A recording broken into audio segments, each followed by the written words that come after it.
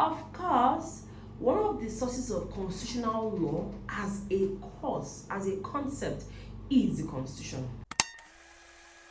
And today we'll be looking at sources of constitutional law. Constitutional law, as we have learned in the previous class, is basically a course in the undergraduate level in faculties of law looking towards study of the constitution that guides the country. So when you hear the course constitutional law, it's basically a course that seeks to study the constitution of a country, the principles in it, the interpretations therein, what guides the constitution, how did it come about, is it the chronology and stuff like that. So it is a course that seeks to demystify the constitution of a country. Now, everything that we will study in constitutional law is sourced from somewhere, comes from somewhere, flows from somewhere. And so when we say sources of constitutional law, we mean sources of the concepts and the everything we're going to be discussing in constitutional law class. If I come to the constitutional law class and I'm discussing rule of law for that day, where the rule of law come from? How come we are talking about it? Why is it even important? So sources of constitutional law basically means the things or the areas or where we have sourced everything we're going to look out for in constitutional law. Where did it come from? If we have a course as constitutional law, everything we're going to be looking at in that course came from where? And so that is basically what this topic is all about. Where have we sourced the things that we will be studying in a constitutional law class? Of course, one of the sources of constitutional law as a course, as a concept, is the Constitution. Because everything we're going to do in the constitutional law, most of the time is sourced from the Constitution.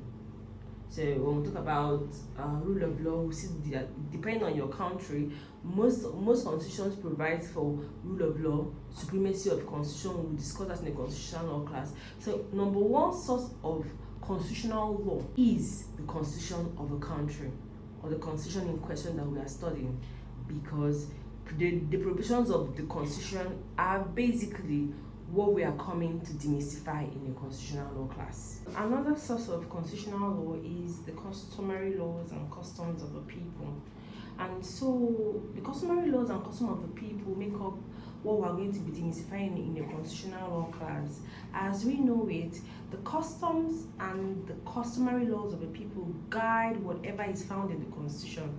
That is why we say that sometimes, it's not even sometimes, the Constitution is the ground norm of the people. That is, it is the supreme norm of the people. So it is drawn from norms, out of normatives, norms, customs of the people, and then people now decide, okay, this is how we want to live. So ordinarily, the Constitution is the ground norm of the people. And so whatever we'll be looking at in the constitutional law class will definitely flow from the customs and the way that people in that country do their things. For instance, the customary law of Nigeria and our customs have engineered whatever that we will find in the Constitution. That is why we can say that there are some laws that you cannot make in Nigeria for now, and then there are also some divisions, because we can say that we are a diverse country, and so we know that a federal system of government is what is workable for now, so that every unit can govern themselves in line with their customs. So that is some sort of way where the customs and customary laws of the people can engineer whatever we find in the Constitution, and invariably what we are going to be studying in the constitutional law class. So yes, the customs and customary law of the people is also a source of constitutional law. Okay, the next source of constitutional law we're looking at is case law, or what we call judicial precedents.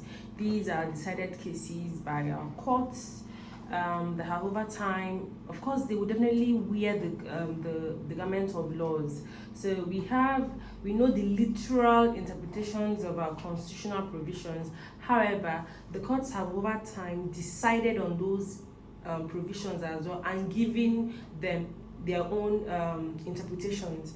And so in constitutional law, we will still be looking at the judicial interpretations of constitutional provisions and also of other legislation that will now guide whatever we are going to be discussing in constitutional law. We know that there is this issue surrounding pardon and what the courts have held to be pardon. There are two schools of thought. One says once the president has pardoned a person, that the person is no longer a convict at all.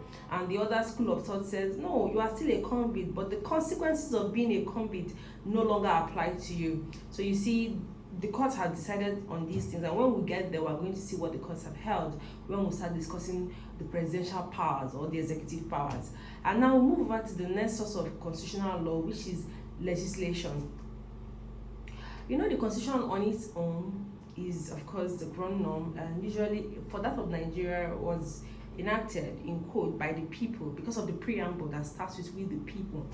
And now, but we have legislation. Other legislations are made or were enacted by the houses of assembly or the legislature. In Nigeria, we have the National Assembly and the state houses of assembly, and because of that, we have laws that they have enacted that will still impart the study of constitutional law. And so we will still be drawing strength from other legislations all around the country to still study constitutional law. I'm thinking of a legislation that comes to mind. One of the laws that come to mind right now could be the Supreme Court Additional Jurisdiction Act. Yes, that one was enacted by the National Assembly, giving more powers to the Supreme Court.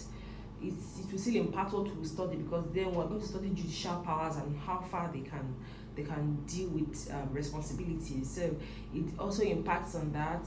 There are so many laws that we're going to be looking at enacted by the houses of assembly. Yes, and then another source of constitutional law is philosophical writings, and then theses and discussions by philosophers and jurists, right? Because remember, initially I mentioned rule of law. We have other concepts like separation of power, supremacy of the constitution, and other concepts like that. Rule of law is not exactly found in the constitution. Let's say section 6 provides for rule of law. No, it's not like that. But due to the philosophical teachings of A.V. Dicey, and then for separation of power is Baron de Montesquieu, and all other philosophers and early thinkers, if I must use that word, those concepts have emerged and have started to play a role in the court's constitutional law, such that rule of law, we're going to be discussing so many ambits of rule of law. Of course, no one is above the law takes precedence and stuff like that. It also applies to the constitution. Typical writings of the early thinkers also will impact the court's constitutional law, because then their concepts have come to stay.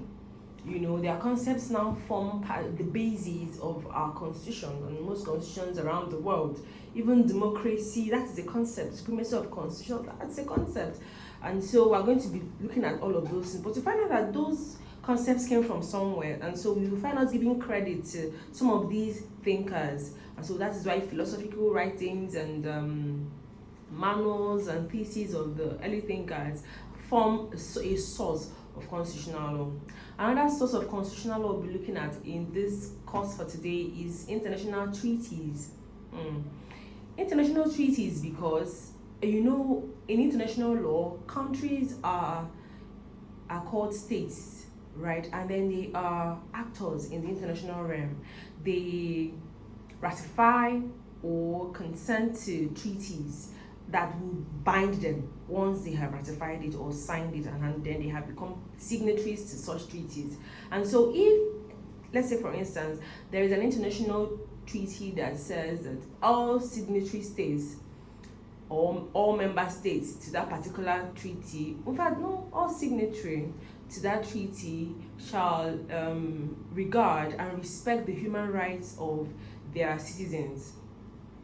And Nigeria is a signatory to that treaty and now goes on to domesticate the treaty. You find out that whatever we'll be doing in constitutional law, whatever we'll be doing in constitutional law will give rise. Whatever we'll be doing in constitutional law will give life to the contents of the treaties that we have signed as a country. All right, another source of constitutional law, I would say maybe the last one for this class, is the lived or past experiences of that country. And so you find out that most of the things I'll be discussing in the course, and also most of the things that form part of the constitution, are going to draw strength from our experiences as a country. A good example is, Nigeria has a history, or a charred history with coup d'etat, right? And because of that, we have some constitutional provisions that tend to exclude such modes of acquisition of power.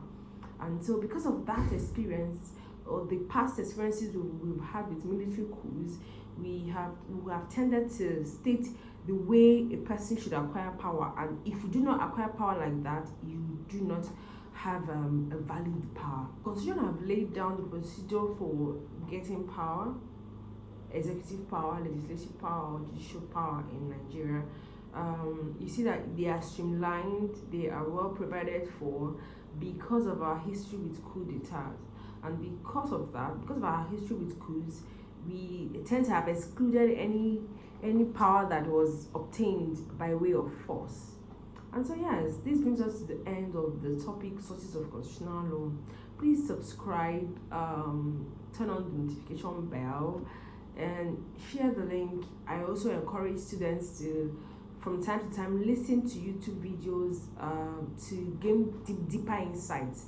Drop your comments as well, and we'll also look at topics that you want us to make videos on. Thank you for watching till now.